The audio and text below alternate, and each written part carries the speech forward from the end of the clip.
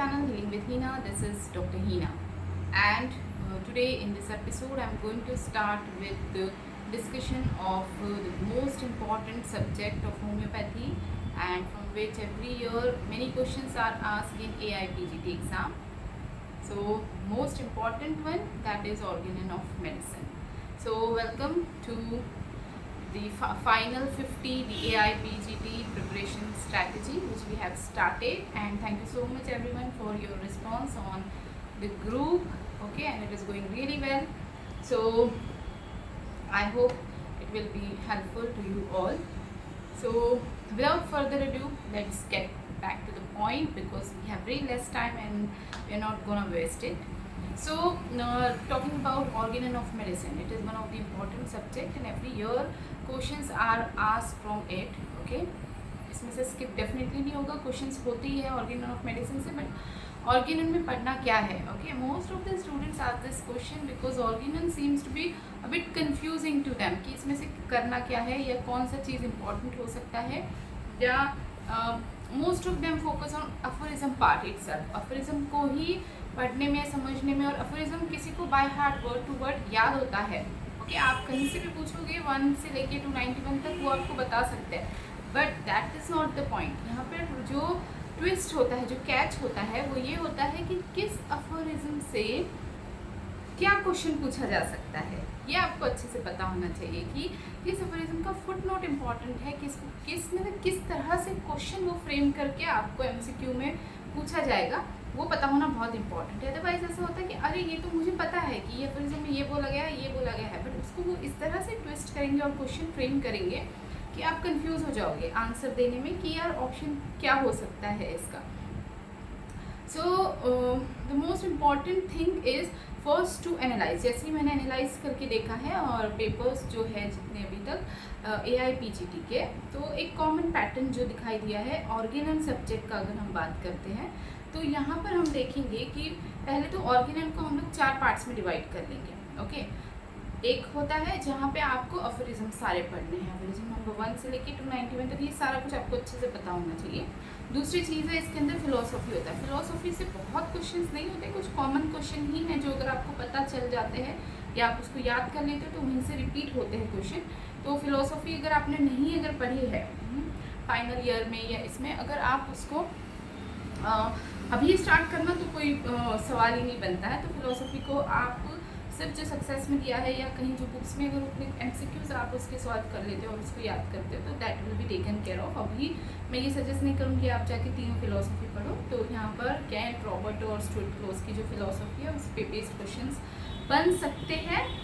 बहुत ऐसा नहीं होता है कि इसमें से 3-4 क्वेश्चन आ जाएंगे, एक क्वेश्चन आया तो आ सकता है ऐसे. ठीक है, so this is not that important but it is in the syllabus. Okay, next thing is chronic disease. This is important, very important. तो क्रॉनिक डिजीज़ जो है बुक, उसका पब्लिकेशन कब हुआ था, ईयर ऑफ पब्लिकेशन, और प्रीफेस जो part है उसका, वहाँ से काफ़ी क्वेश्चंस बनते हैं.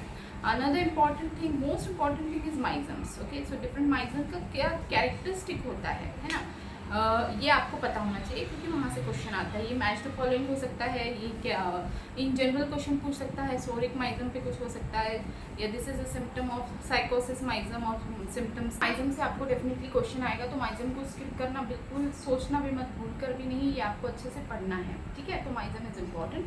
And most important other thing that is general topics. अब जनरल टॉपिक्स में क्या आपको पढ़ना है, तो सबसे पहले ऑर्गेनन के बारे में आपको पता होना चाहिए. तो ऑर्गेनन के डिफरेंट एडिशंस को आपको बाय हार्ट याद कर देना है कि इसके अंदर कितने एडिशंस थे, कौन सा एडिशन कब पब्लिश हुआ था, किस एडिशन में क्या क्या चेंजेस हुए, ये बहुत इंपॉर्टेंट है. इसमें से क्वेश्चन आना ही आना है डेफिनेटली. ओके, तो ये एक है. और इसके अलावा एडिशंस के अलावा जनरल पार्ट में आता है लाइफ हिस्ट्री. ओके, तो हैनिमन की या पहले का जो भी है ना, प्री हैनिमन एरा जो था, उसके ऊपर बेस्ड क्वेश्चंस आपको आते हैं, पूछे जा सकते हैं. ठीक है, प्रीफेस जो है उसमें से क्वेश्चन डेफिनेटली पूछे जाते हैं. And most important I feel personally, जो बहुत ईजी है एक्चुअली, ये स्कोरिंग होता है क्योंकि ये बहुत छोटा सा टॉपिक है और इसको अगर आप अच्छे से पढ़ लेंगे तो इसमें से एवरी टाइम 2 क्वेश्चन मिनिमम आना ही आना है. ठीक है, तो 2 क्वेश्चन डेफिनेटली इसमें से पूछा जाता ही है. So and that is Kemp's 12 observation. Can के 12 ऑब्जर्वेशन अगर आपने अच्छे से पढ़ लिए, समझ लिए ना, तो उसमें से आपको 2 क्वेश्चन डेफिनेटली बनेंगे और आपके 8 मार्क जो है वो पक्का होता है इसमें से। सो उसको स्किप बिल्कुल नहीं करना है, उसी को आप अच्छे से पढ़िए। मैं आपको बता दूँ, लेकिन देखिए कैंट का भी ऑब्जर्वेशंस जो है वो हमने बहुत पहले से पढ़ा हुआ है, लेकिन एग्जाम में बहुत बार आया है, हमने थ्योरी में बहुत बार लिखा है, अच्छे से हमको याद है। बट इसको फ्रेम कैसे किया जाता है, क्वेश्चंस कैसे फ्रेम होते हैं, ठीक है। एमसीक्यूज इसका, जैसे यहाँ पर हम एग्जांपल देखेंगे कि in which of the following Kent's observation is the antidotal relationship of remedies. Okay, ये क्वेश्चन फ्रेम क्या है, ऑप्शन दिया है, A is first, B is third, C is 9 and D is 11th. So this is how the question is framed. Another question is, according to Dr. J.T. Kent, too short relief of symptoms in acute disease is because of what? So आपको answer बताना है कि it is why, because of what reasons there can be very short relief of symptoms in acute disease. ठीक है, तो then ABC करके ऐसे होगा। तो अब इम्पॉर्टेंट इसके अंदर क्या है कि आपको ऑब्जर्वेशंस तो पता होना ही है ना, और किस ऑब्जर्वेशन में क्या बोला गया, लेकिन किसके अंदर जो हम लोग जो ऊपर लिखा हुआ है वो लाइन हमको बाय हार्ट होती है, नीचे जो उसके है इन्फ्लुएंस जो उसका दिया हुआ है कि इसमें प्रोग्नोसिस कैसा होगा, करना क्या चाहिए, वो सारी चीज़ें जो होती है ना उस पर से MCQ बनता है।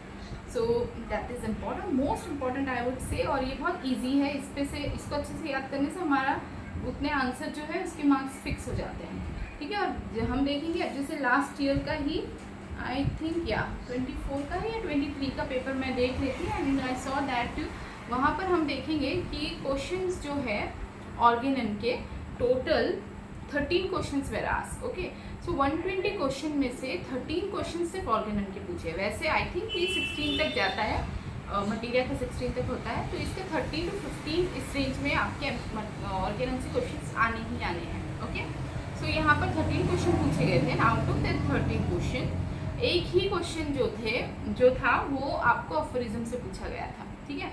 एक अफोरिज्म से आया था, एक प्रीफेस से पूछा गया था, ठीक है।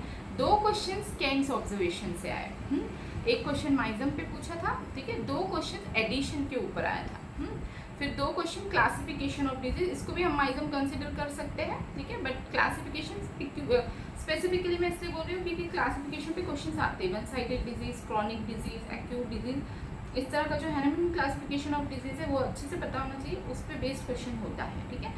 फिर 1 question was from susceptibility part, okay, and word meaning जो होता है, ठीक है, डिफरेंट टाइप का कौन सा वर्ड कहाँ से आया है, ग्रीक ओरिजिन कौन सा है ना, और ये सारा जो है उस पे से, और फिर हिस्ट्री वाला जो पार्ट है कि होम्योपैथिक जर्नल किसने स्टार्ट की है, ठीक है ना, मंगल सर, ये सारे क्वेश्चंस जो है इस तरह से थे। तो you will see that total 13 questions were asked out of 120, and उन 13 क्वेश्चंस में भी 2 क्वेश्चन आपको कैंट ऑब्जर्वेशन पे आ गए हैं, 2 क्वेश्चन आपके एडिशंस पे से आ गए हैं, ठीक है। और उसके बाद ससेप्टिबिलिटी, अच्छा इसमें ऐसे क्वेश्चन कुछ हो सकते हैं जो थोड़े से घुमा के पूछे गए हो, बट अगर ऑब्जर्वेशन अच्छे से पता है, एडिशंस वाला सारा पार्ट अच्छे से पता है, तो यहाँ पर इतने क्वेश्चन, तो 2 और 2 4 आपके हो गए, तो 4 4 16 मार्क्स आपके फिक्स हो गए। बहुत ईजी है ये। Today see you all in next video, तब तक के लिए take care, all the very best, keep doing, keep revising, हो जाएगा। चलो टेक केयर, बाय बाय।